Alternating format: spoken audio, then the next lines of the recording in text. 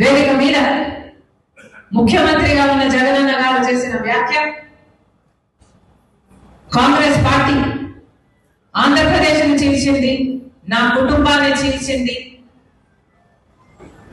దేవుడే గుణపాఠం చెప్తాడు అని పెద్ద పెద్ద మాటలు మాట్లాడారు.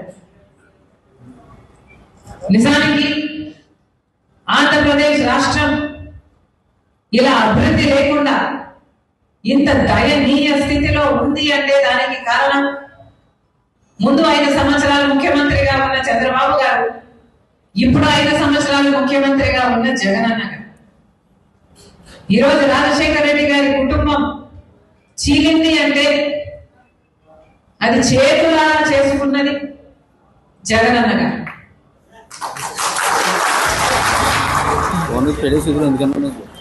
దీనికి సాక్ష్యం దీనికి సాక్ష్యం నా తల్లి విజయమ్మ రాజశేఖర రెడ్డి గారి భార్య. దీనికి సాక్ష్యం నా యావత్ కుటుంబం.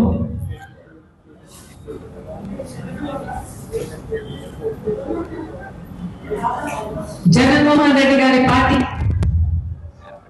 ఇబ్బందుల్లో ఉంటే 18 మంది ఎమ్మెల్యేలు ఆ రోజు రాజీనామాలు చేసి జగనన్న వైపు నిలబడితే వాళ్ళను మంత్రులను చేస్తానన్నాడు జగన్.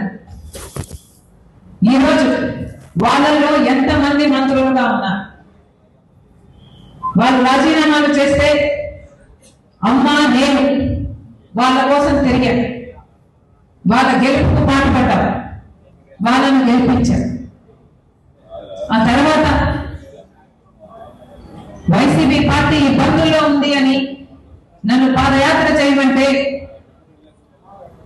నా ఇంటిని వాటిని అన్ని పక్కన పెట్టి నా బిడ్డల్ని సైతం కాదనుకుని ఎండనక వాననక వేల కిలోమీటర్లు నెలల తరబడి రోడ్డు మీదనే పడుకుని 3200 కిలోమీటర్లు పాదయాత్ర చేసింది రాజశేఖర రెడ్డి.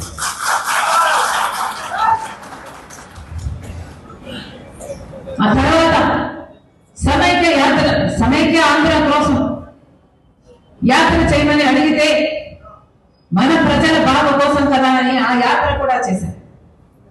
తెలంగాణలో ఓదార్పు యాత్ర రాజశేఖర రెడ్డి గారు చనిపోయిన కుటుంబాలు పరామర్శించడం అది కూడా చేశారు. ఎప్పుడు అవసరం వస్తే అప్పుడు వారికి అండగా నిలబడ్డారు. ఏమి కావాలని అడిగితే మాట మాట్లాడకుండా, ఎందుకు అని అడగకుండా, స్వలాభం చూసుకోకుండా, నాకేమిటి అని ఆలోచించకుండా నిస్వార్థంగా మీకోసం ఏది అడిగితే అది చేశారు. ఆఖరికి మొన్న ఎన్నికలు బాయ్ బాయ్ బాబు అనే క్యాంపెయిన్ అసలు అది దేశంలోనే మోస్ట్ సక్సెస్ఫుల్ క్యాంపెయిన్ ఆ ఎలక్షన్. మీ గెలుపు కోసం ఊరూరు తిరిగారు, క్యాంపెయిన్ చేసి గెలిపించారు. జగన్మోహన్ రెడ్డి గారు ముఖ్యమంత్రి అయ్యారు. ముఖ్యమంత్రి అయిన రోజు నుంచి జగన్మోహన్ రెడ్డి గారు వేరే మనిషే మారిపోయాడు. అయినా సరే నాకు వ్యక్తిగతంగా అన్యాయం చేసినా కూడా పర్వాలేదు, తాను మంచి ముఖ్యమంత్రి అయితే చాలు, రాజశేఖర రెడ్డి గారి పేరు నిలబెడితే చాలు, రాజశేఖర రెడ్డి గారి ఆశయాలను నిలబెడితే చాలు, ఆయన జోలికి వెళ్ళకూడదు అని, ఆయన నిజంగానే ప్రజలకు మేలు చేస్తాడు అని ఆశించాం. కానీ ఇప్పటికీ దాదాపు 5 సంవత్సరాలు చూశాం. ఈ 5 సంవత్సరాలలో జగన్మోహన్ రెడ్డి గారు, ఆయన పార్టీ, గెలిచిన ఎమ్మెల్యేలు, గెలిచిన ఎంపీలు మొత్తం అందరూ బీజేపీకి పార్టీకి బానిసలుగా మారారు. బీజేపీ పార్టీకి ఒక్క ఎమ్మెల్యే గెలవలేదు, ఒక్క ఎంపీ కూడా గెలవలేదు. అయినా కూడా ఈరోజు రాజ్యం ఏలుతున్నది మన రాష్ట్రంలో ఏ పార్టీ అని చూస్తే అది బీజేపీ పార్టీ.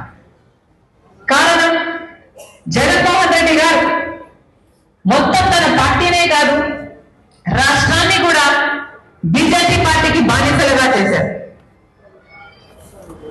కాంగ్రెస్ పార్టీ 5 సంవత్సరాలు స్పెషల్ స్టేటస్ అంటే చంద్రబాబు గారు లేదు 10 సంవత్సరాలు కావాలి అన్న. బీజేపీ పార్టీ లేదు 10 సంవత్సరాలు ఇస్తాను అన్న. బీజేపీ పార్టీ ఇదే విధానంతో ఎలక్షన్ లో కూడా వెళ్ళదు. అప్పుడు చంద్రబాబు గారు చెప్పిన మాట లేదు స్పెషల్ స్టేటస్ 15 సంవత్సరాలు కావాలి అన్న. నేను స్పెషల్ స్టేటస్ కోసమే బీజేపీతో పొత్తు పెట్టుకుంటున్నానన్నాడు. పొత్తు పెట్టుకున్నాడు, గెలిచాడు, ముఖ్యమంత్రి అయ్యాడు చంద్రబాబు గారు. ఆఖరికి వాళ్ళు మంత్రి పదవులు ఇస్తే వాళ్ళ కేబినెట్ లో మంత్రులు కూడా అయ్యారు.